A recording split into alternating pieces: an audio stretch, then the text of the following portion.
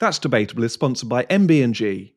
MB&G is specialists in the esoteric world of vehicle and furniture warranty insurance, delivering quite marvellous customer service, prompt claims payment, and a highly developed understanding of how to deliver these products in a way that is both compliant with the regulations and attractive to customers.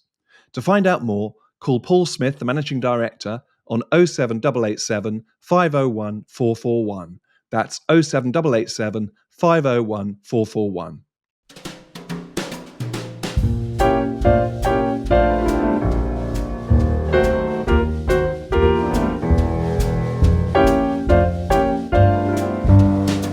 Hello and welcome to That's Debatable, the weekly news podcast of the Free Speech Union.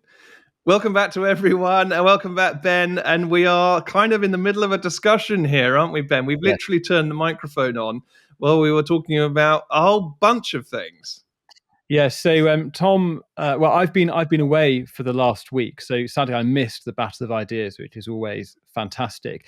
And we were just talking about you, Tom, and your appearance at the Battle of Ideas, and you created a bit of a scene. Style. And what did you do? Perhaps you could tell listeners what happened to you. The thing was that the wonderful thing about the Battle of Ideas is obviously the talks, but also I enjoy the coffee breaks because they have coffee, they have tea, and they also have delicious cake. And I could see the chocolate cake at the other end of the room down the stairs. And I thought, that's going to go pretty quick. And I thought, I better get in that queue and get my slice of cake. But going down is also very crowded. So I also missed what I thought were 2 steps at the bottom. So I stumbled initially and missed 2 steps, and then suddenly realized it was 4 steps that I was missing. And at that point, there was no saving the situation. And all 6'3" of me and sort of swimmer's shoulders on everything just went boom, boom, boom, boom, boom, claps, boom. And the whole room, as you know, whenever something like that happens, goes, and it did. But fortunately, Ben, there were 2 wonderfully kind elderly ladies who picked me up. So I thought, here I am being looked after by these wonderful, wonderful people who happened to be, they were actually navigating the stairs rather better than I was. I dare say. Did you get your cake, or were you just so humiliated that you had sort of... I think by that stage I was so humiliated and a little bit in shock, and obviously thinking about all the wonderful free speech, free expression, and ideas that have been discussed that day. I think I might have got a piece of cake later in a later tea break, but that was not quite my entrance, but it was my collapse. You know, you don't really want to make a scene, but that was an inevitability, unfortunately. Well, I'm sorry to have missed that and the whole weekend generally. Yes. It sounds like we signed up lots of new members, spoke to lots of existing members, as we always do. So you want to do a bit of a, I was about to say post-mortem. That's too close to the grain, Ben. That was too close to the grain. So I only attended the Sunday, but what I did attend was the Free Speech Union panel. Well, I think it had Toby Young on it. It wasn't just Free Speech Union people. There was Tom Slater from Spiked. Claire Fox actually chaired that particular panel, and it was all around the question: do we need in the UK a First Amendment? And so it was such a straight to the heart of it question. And what I want to say is that if you do get a chance to listen to that back, any of our listeners, any of our viewers get the chance to listen to that back, that's well worth doing. And certainly they'll articulate the points that were made far better than I possibly could. But what I thought was interesting, a couple of things struck me. First of all, I hadn't realized there was someone from the US there. But I hadn't realized that actually the First Amendment had kind of been trodden all over or ignored for a good sort of portion of the first 100 years or so after independence. So in fact, yes, it was on the books, but it was pretty much not used to defend free expression rights for a goodly while, which I hadn't realized. It's a much more modern phenomenon to appeal to the First Amendment to actually ensure that the free expression rights of US citizens are adhered to. But then I thought, and the other big point that was made, and it was made by both Claire Fox and by Toby, was actually, rather than having a First Amendment, we ought really to rediscover our own common law principle, which is that anything is allowable, including obviously saying things. Everything is allowable until you are explicitly told it is not, rather than the Napoleonic approach, which is you can't do anything unless the state says you can. And what they were essentially saying, what Toby was essentially saying, is we've forgotten that common law principle. And it rather amused me, actually. He said one of the triggers for the First Amendment was, in fact, the common law principle as it applied in England at that time. So it kind of traveled over the Atlantic, got formed into the First Amendment. And then meanwhile, we're looking back over the Atlantic 200, 300 years later and discovering we need something similar again. Isn't it? It's almost even worse than that, though, because at least under the Napoleonic system, you know what the rules are. And under the common law system, you know that you have the liberty to speak, and that's what you're saying has been prohibited already. Whereas in modern Britain now, and in much of the English-speaking world, you don't know what you can't say. Yeah. You don't know what the rules are. And certainly that's what we see in employment situations with sort of codes of conduct for social media and so on that employers impose on employees, but also with the riots. And there was that very confused interview with the Crown Prosecution Service director, chief prosecutor, in which he seemed to be suggesting that merely sharing videos of riots online could be a criminal offence under the Online Safety Act. It was very unclear what he was trying to say. Yeah. So we've got the worst of both worlds in a sense, haven't we? Yeah, I do think that there's all sorts of differences here. And the other thing I was going to say is about McCarthyism was a great fear, wasn't it, in America? But again, it was a very clear fear. It was a bit of a witch hunt, obviously, and very reminiscent of the Salem witch trials. That's a parallel that's often been used. But it was a red fear. It was fear of communism, which is a well understood ideology that was actually being practiced on the other side of the Iron Curtain. But now you're right. 1 week it goes so far. And then the next week, it goes a little further, and it's chip away at everything that you think is clear. And if suddenly it's deemed you're deplorable if you believe this, what we thought was okay on the Tuesday, by next Thursday, you're a deplorable if you believe it. And that's the struggle, I think, that we've got. Should we move on, though, to, I was going to say, more optimistic things than that, Ben? Well, no, I mean, really, the only thing I would say is on the Battle of Ideas is if you can pick up the audio of any of those sessions. I was checking, most of 2023 is available on YouTube.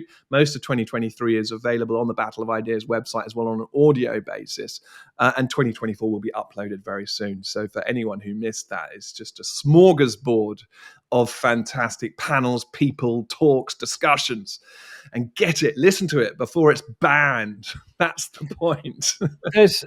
There's one other point, Tom, that's just that we were talking about just before we hit record, just on the First Amendment, just before we proceed, and there is a tenuous connection between this and the next topic. But the other element of the First Amendment in the United States is, of course, the prohibition on the establishment of a religion by the federal government, and it occurs to me that it's not only the speech protections that we might say on this side of the Atlantic, yes, that's what we clearly need. We need much stronger speech protections.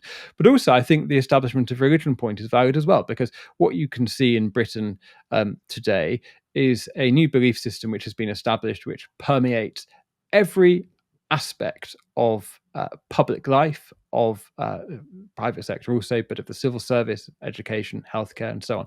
And that is, of course, the cult of equity, diversity, and inclusion, and that there has been a collapse of the secularism which used to exist, whether that is in civil service neutrality, or simply the acceptance by people that colleagues are clearly going to have different political and philosophical views about something.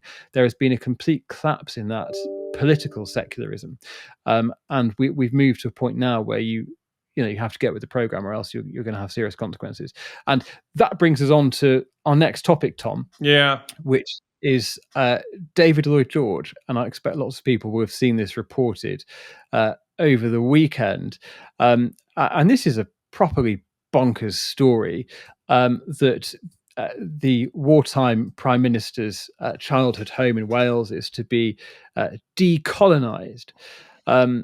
And one element particularly that struck me about this was so first of all, it's going to be made anti-racist and it's going to be decolonised. But the element that really struck me was that there are going to be apparently LGBT displays added to his childhood home, which is now a museum. And I could not think of a less LGBT, a less gay prime minister than David Lloyd George, except for Boris Johnson. It's just astonishing that there's very little space for any gay activity in this man's life. He was voraciously heterosexual. I mean, this is completely bizarre. But this gets to the heart of what's going on here, Ben, which is the rewriting of history. History.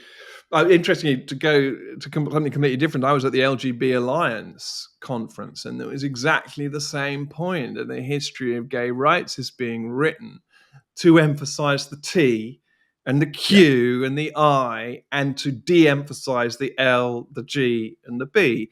And then when it comes to Lloyd George, we are seeing the overemphasis of things that just don't feature in that life. I mean, and this so starting with the answer approach struck me in this article as well about Lloyd George's home. Two phrases. The first one was that the organization who's behind this, called Collections, advises museums to ensure that BAME perspectives and experiences are treated as a natural part of the histories that museums document and explore. And then when it comes to LGBT, it says, if we come across any LGBT histories connected to the story we tell, they would also be included in future displays. Again, starting with the answer. Starting with these minority groups, whether it's race or whether it's sexuality, need to be incorporated into these stories where they've never been incorporated before, because they don't need to be, and they're not the main point of the story, which is, as you say, a World War I wartime prime minister trying to get the country through. I believe he became prime minister around or just after the Battle of the Somme. In other words, it was a pretty grim moment for the country and the young men of the country, a scar which we are still living with over 110 years later, or slightly less than 110 years later. And that was his, surprise, that was his priority, getting the country through that. And then he also did all of this fantastic stuff, so start to set up the beginnings of a welfare state system. Which, of course, has completely morphed since then. But yeah, this is what he was doing. He wasn't worrying about BAME stuff. Sorry. Yeah.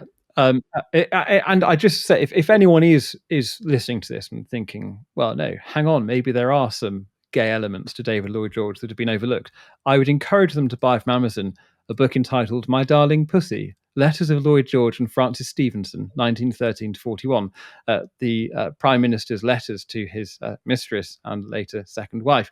This isn't Mrs. Slocum from Are You Being Served? I'm sorry, that's the only thing that appears to me when you say that. I said that with a completely straight face, Tom. Well, the camera doesn't lie, Ben. To listeners, I said that with a completely straight face. To viewers, you can judge for yourselves. So it's just incredible, isn't it? It's so utterly laughable. But you can imagine just trying to push back against this sort of stuff would immediately make you seem suspect. Yes, not with the program. But the other thing, Ben, of course, is who is it running these museums? A lot of these people are volunteers who love their subject. They're volunteers. They live locally. They've lived near to the museum, or they've lived near to Lloyd George's house. They've heard the stories about him. They love to tell that story to visitors, to tourists coming in. And yet in another part of that article, it says that staff with Gwynedd Council Museums, which operates the Lloyd George site, have all undergone anti-racist training funded by the Welsh government. And, I think I said again before we click record, anti-racist training, I believe, anti-racism, this new concept, this sacralization of race, it's missing a word, which is white in the middle. It is essentially anti-white racism, and it clearly is. It talks about white privilege, that we've all got inherited guilt, even though we're talking about, and when it comes to slavery and things like that, we're talking about things that relate to people from hundreds of years ago. And so you think these poor volunteers who are doing it for the love of their subject, for their love of their local community, and for the incredible gift they can give to tourists, whether they're, the wretched English coming into Wales to find out about Lloyd George, or whether they're American tourists traveling further afield, or whatever. They're all now being told, no, unless you do this anti-racism training, you can't be a volunteer anymore. And many of them will step back from it. We've had people in our casework, haven't we? Not specifically with this, but with museums who suddenly find their services aren't needed anymore because they're not willing to sign up. Or who think it's just not worth it because I'm just going to get in trouble. Tom, if listeners and viewers wanted to go to this museum, perhaps you could tell them where exactly in Wales it is. You are so mean to me. You are so mean to me. Have a go. I'm gonna really struggle with this one, I'm afraid. I'm actually trying to find it in the notes as to where it was exactly. I'm not even gonna try. You have prevaricating. This is filibustering from Tom. He's got it in front of him. I guarantee you, he's got it in front of him. This is Tom faffing around to buy time. Come on, open the note. You can see it. Okay, here we go. Here he is. Now I do know that double L is Llanystumdwy. Oh, I can't beat that, Tom. That's fantastic. Is that all right? Well done. Yeah, I'm sure that's right. We're going to have everyone writing in, Ben. We're going to be put through training. Toby will put us through training here. Well, shall we move on from Wales to Northern Ireland? Yeah, let's do that. So, should we do this? It is related. So when we talk about anti-racism, we talk about language. We're always talking about the way that language is being captured and the way that we are being given constant lists of words that we either must say or must not say, compelled speech or forbidden speech. And this is the civil service in Northern Ireland. They've come up with their own new speech code, and they've been told to avoid using the word millennials because it is offensive. Mm-hmm. It's all part of what they're calling an inclusive language guide published by the Northern Ireland Civil Service. It also advised staff against calling colleagues Gen Z, as we call it, not Gen Z, it's Gen Z. And in a section on age, the guidance warned against using such terms to describe different generations as they can reinforce negative stereotypes. You're not even allowed to mention specific years or decades unless referencing colleagues' ages. And I presume you're already on dicey ground or thin ice when you talk about people's ages. And age-related descriptions such as old school, young at heart, and aged should also be avoided, as they are said to imply that people of certain ages are good or bad at particular things because of their age. I mean, you wouldn't have been able to read that out, Ben, like that, because you're just a millennial, aren't you? So you wouldn't have been able to read the notes like I just did. It's worse than that. I'm sorry to again have to talk about sort of internal FSU matters, but I am quite regularly abused as a geriatric millennial because I'm 33. Not by Tom, I add. We have a relaxed approach to these things, obviously spanning the generations as we do from Gen X to the geriatric millennial. Go Gen X. I have some sympathy. I think that term should be banned. I find that very offensive, personally. Although, I mean, I think probably receding hairline is probably makes my generation quite clear, even if I'm not abused as a geriatric millennial. I think there's no hiding from it. I think I've just got to accept it, probably, Tom, even if I'm offended. I think you should roll with that. You know what? Learn from the Gen Xers, Ben. We roll with that. And we're dangerous as well with Gen Xers because we understand the millennials. We also understand the boomers. We can have a foot in both camps. So I realize that we Gen X, and we also really just struggle to care. Well, that's all right. Maybe that's just me. But we really, with all of these things like these language guides and whatnot, I think Gen Xers may be the key here because we think, get over yourself. Can I say something else about generations in the FSU? Just so I'm thinking about this. We have some excellent and very sensible Gen Z staff. I think it's only Trying to fair to work say. out which one. You mean the youngsters? The youngsters. Like, So I've if you're just listening, fallen youngsters, foul of the Northern Irish speech code there, Ben. we have. Yeah, I don't think it applies to us, Tom. I think we're safe. well, I hope not. I hope not. I think we'd all be in cuffs, or wouldn't we? And in Yeah. in a cell somewhere. Well, that fills me with hope for the future. The fact that there are excellent Gen Z or Gen Z, and you know what? Actually, that is something consistently that I see at Battle of Ideas as well. I don't know if it was like that this time, but it's very young. It's very young. Exactly. I think that's a really important point, is that actually a lot of the hope we have for turning the tide on wokeness and cancel culture, which, as we know, is very alive and well and getting worse, certainly since the July the 4th. It is that, yes, you've got your Gen Xers and you've got the next one above, what's that, the boomers, who kind of look at this and say, just get over yourselves. And we're lucky enough now to be enough through our careers to be able to say that and say, we're established, we're going to carry on doing what we're doing. And sure, we're always up for learning new things, but don't tell us that everything we've sort of built our beliefs on is totally flawed, because that ain't going to wash.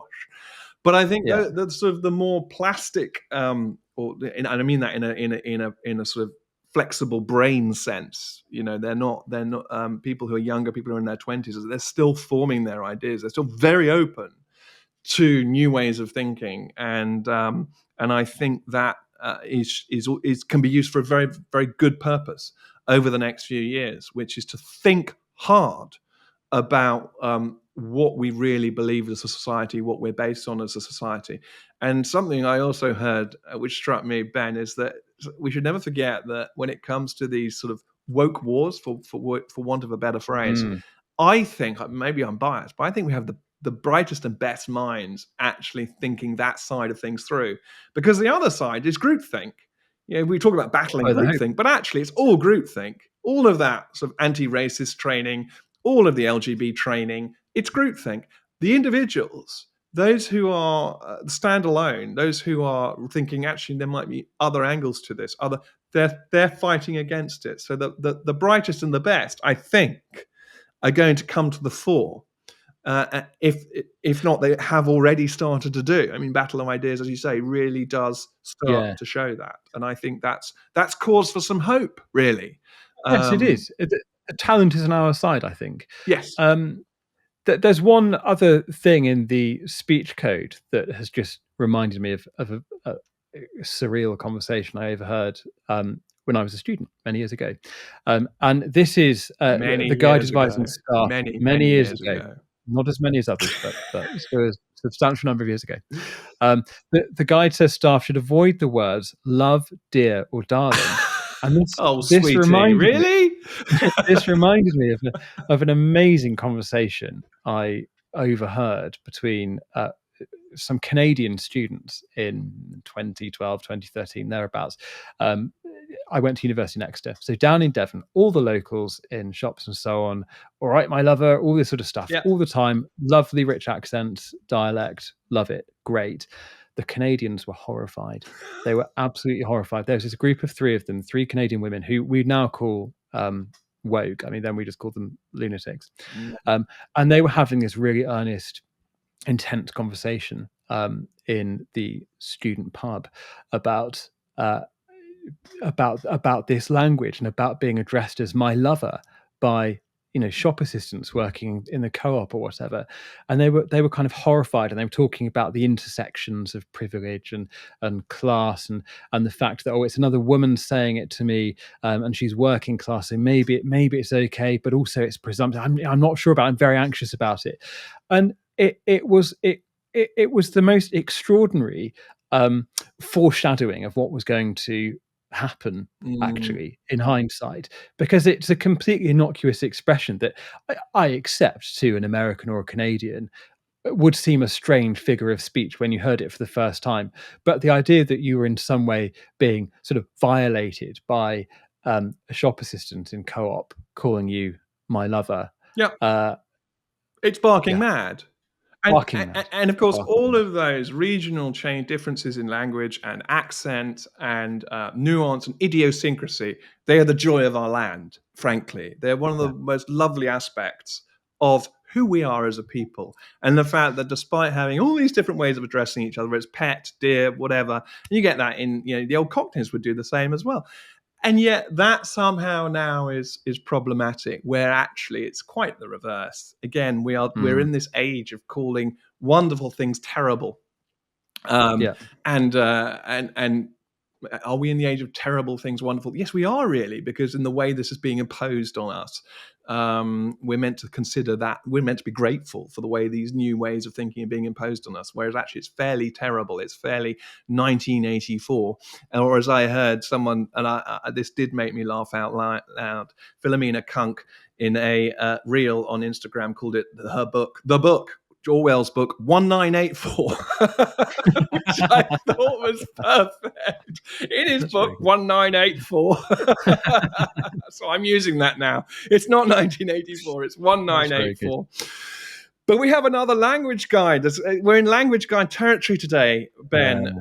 Microsoft Word now. There's this tool. It's actually been on the system, on the software for a long time. It's called their inclusivity tool. It is not on by default. So you have as a user to turn it on. That's a little bit of good news, that perhaps this inclusivity tool is not on by default. But you can search for it, you can switch it on, and then whenever you're using Microsoft Word and writing your documents, what happens is that little dotted blue line will appear under a word that is deemed, or a phrase that is deemed by the tool not to be sufficiently inclusive, or that could be improved to become more inclusive. And it's been around for a long while, but what's happened is that there's been recently, and it was written up in the Telegraph last week, there's been a new burst of outrage against the tool because it recommended against maternity leave after that was highlighted, and that was highlighted on social media. So I think one of our very first episodes, we talked about mother being banned as a word, wasn't it, by some Oxfam language guide, I think it was, way back. That's right, Tom. Way back. Well remembered, yeah.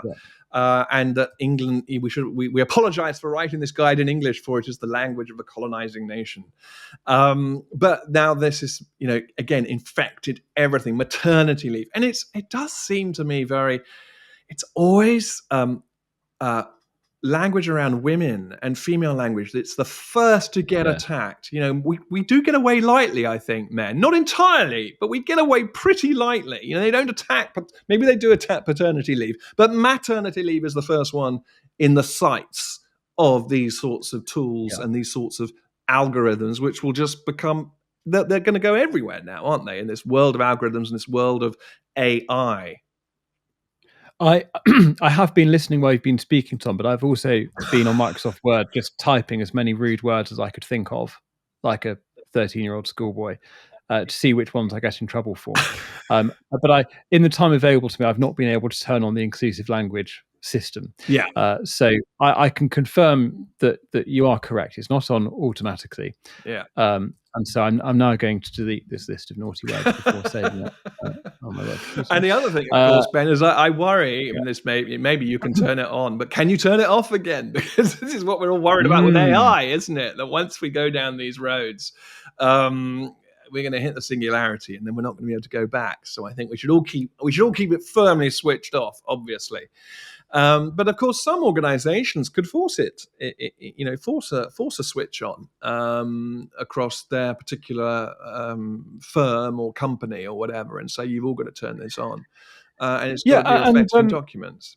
It kind of, in a way, being concerned about Microsoft Word censoring your language, I mean, that might end up being a nice problem to have, because I think we're in or going to be hurtling towards a future where people by and large are not perhaps doing their own writing. And this is, of course, is something that academics and teachers are dealing with now and have been for the last 2 or 3 years, with how do you possibly set assessments in the age of chat GPT. And if this stuff is just baked into algorithms, and it has been, and the training data that's used and all the rest of it for AI language models, it may never get to the point where Microsoft Word is censoring language on an industrial scale, because the ideas that would require censorship are not actually being put on the screen in the first place, because people are so reliant on artificial intelligence. We're not, Not even noticing it we're in that anymore. world already. Yeah. Which I think is, that's the thread, I think, that links everything together. We started with the battle of ideas. We've gone through these speech codes and training courses, the new as Eric Kaufman, Professor Eric Kaufman calls it, the sacralization of race and gender. We've gone through all those things, and it's all about control.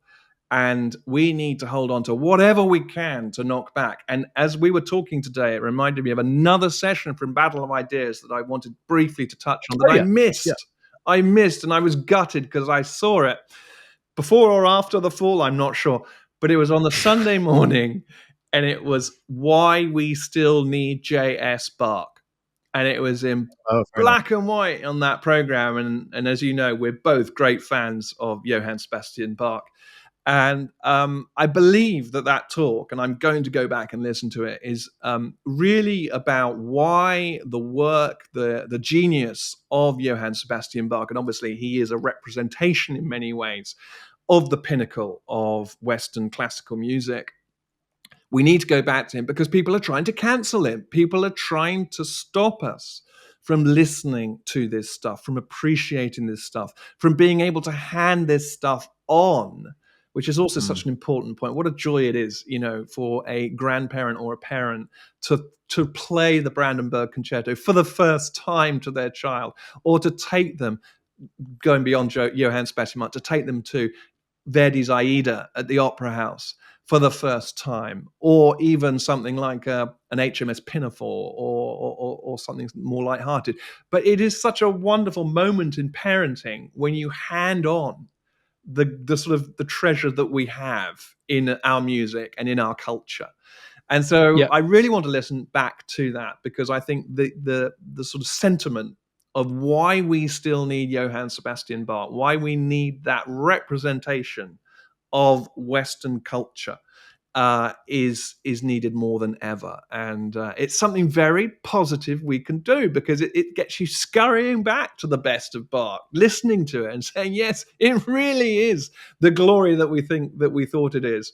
And no way any of it should ever be shut down, or no way that he should ever be deemed problematic. He should be worshipped as the great god of music that he was. Not that I'm biased in any way, Ben, as you know. Well, I think part of the definition of freedom of speech is the freedom to impart and receive information, and that information includes a cultural inheritance. And before you get to the point where you can impart that inheritance to a child or grandchild, you need to be in a position where you can communicate that inheritance on, where you are secure in that inheritance for yourself. And I think that is what that's the wobbliest bit of that process. At the moment, I'm just that there isn't that kind of cultural confidence, clearly, to pass that tradition on in a secure way. Not music, but in terms of literature. I had one of those parenting moments recently, Tom. Finished reading C.S. Lewis's novel The Magician's Nephew to my daughter a couple of nights ago, and that contains a description of a magic spell used by Jadis, who will become the White Witch, to destroy all life on her world of Charn. And the children find this ruined, desolate city with a red giant sun in the sky.